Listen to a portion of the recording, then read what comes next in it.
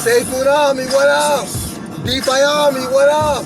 It's your boy J-Rob, back at it again.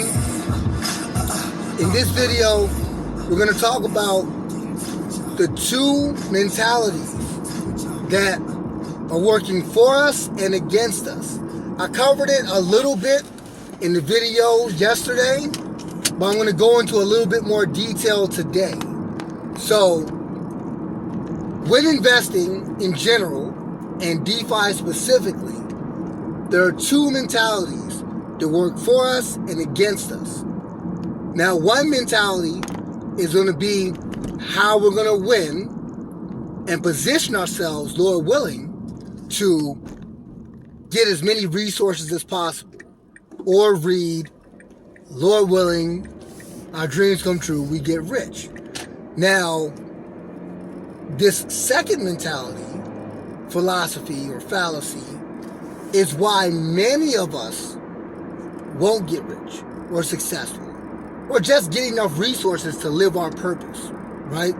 The second mentality is why many of us won't make it there. Now, the first mentality is the proof of concept mentality or the proof of concept theory. And the second mentality, the second theory, is the hot hand fallacy. Now, I'm going to go into detail first on the second one, just to show why many of us won't make it, won't get rich or succeed in DeFi or investing in general. Why it's so hard, right? Because I don't want to necessarily say that getting rich is making it, but just in the sense that you get enough resources, whatever that number is for you, be it 50,000, 100,000, 300,000, a million, whatever that number is for you, to get enough resources to live your purpose, to not be burdened and feel held down by your circumstance and having to make choices, you know, be it stuck in a job, rest of your life, whatever, even taking a job, just having the freedom to take the job you want. Hey, I love, DoorDash, or I love,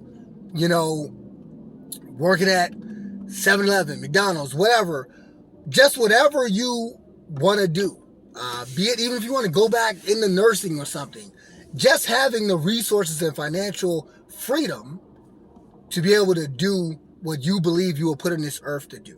So, that is the first mentality. The proof of concept theory. But I'm going to go into the second theory first because this is what hinders us. This is what stops us. It's called the hot hand theory or the hot hand fallacy. And that fallacy, basically, to explain what a fallacy is basically a wrong philosophy. So it's a philosophy you develop that is wrong and doesn't work. But you can develop sayings on it, ideas on it, HODL. Sometimes that can be a hot hand fallacy type philosophy. And so basically it's just it's a philosophy that doesn't work.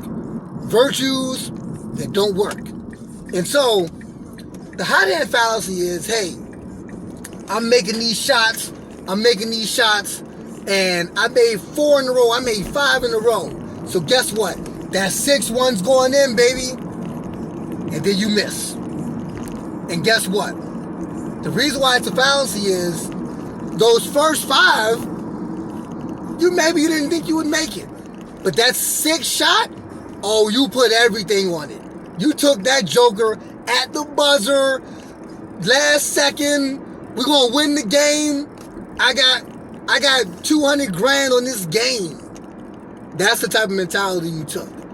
And so, that's why the hot hand messes you over.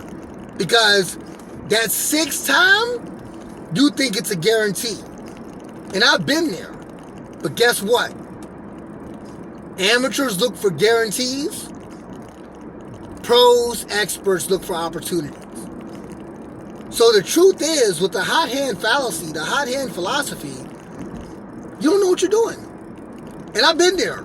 I've been on both sides. I done got lucky, put $50 in a trade, made $150. I had no clue what I was doing. Oh, but it worked. Let me do it again. This time, let me invest $400. Lost it all. Boom, gone. And I'll just use that as an example, but I've done similar things where I got the hot hand and I thought, oh, we're going to make it. We're going to make it. We're going to make it. Nope. That sixth time, I missed. And so what really we need to be careful of, when we start thinking something is guaranteed, you might be working with the hot hand fallacy. And not financial advice, but that might be the time to slow down and say, man, am I gambling or investing? Because the hot hand guy, he gambles. And let me tell you why the gambling, you lose even when you win. Because when you win, you're taught the wrong habits. You're taught that you can put $1,000 on Dogecoin and win without knowing what Dogecoin is, what it's about, or even understanding the technology. So you know what you're going to do? You're going to go and put $10,000 on Planet X. And let me know how that went for you if you put 10 grand on Planet X. Now, those that know, but I'm telling you, that's what you're going to do. You're going to put 10,000 on the next Planet X because all you're doing is riding a hot hand. You're just taking shots. And guess what? You're going to take them until you miss. And you're going to be like, oh, we lost. So do your best not to ride the hot hand. That doesn't mean don't take risks, but our risks got to be based on knowledge. Now here's the thing. That's what brings us into the second philosophy, the one that's going to actually help us win. That isn't a fallacy. It's proof of concept. That's similar to hot hand, but the difference is when you watch something succeed 3 times, 4 times, 5 times, you're studying it and you're looking at why it worked. And then you invest. You say, okay, it succeeded 3 times in a row for this reason. And then you invest because you understand that it succeeded 3 times in a row and you know why. You understand, or you have a better understanding of why. So guess what? Not only did you see it, you have a better understanding of why it succeeded, but guess what? You're going to be cautious because with that much knowledge, you're also going to understand the failures, that it may not succeed, that you could be wrong. See, the hot hand guy, he's always right. He's always right until he's wrong. The proof of concept guy understands he could be wrong, so his moves are calculated. Now, what I'll tell you is, from my journey, the proof of concept I've seen on crypto is all in Bitcoin. It's these halvings, guys. These halvings make all the difference. I'm telling you. It's the halvings. So get with me on part 2. Holla at your boy. It's J-Rod. This video is going to be 2 segments because it's a little longer. Holla back.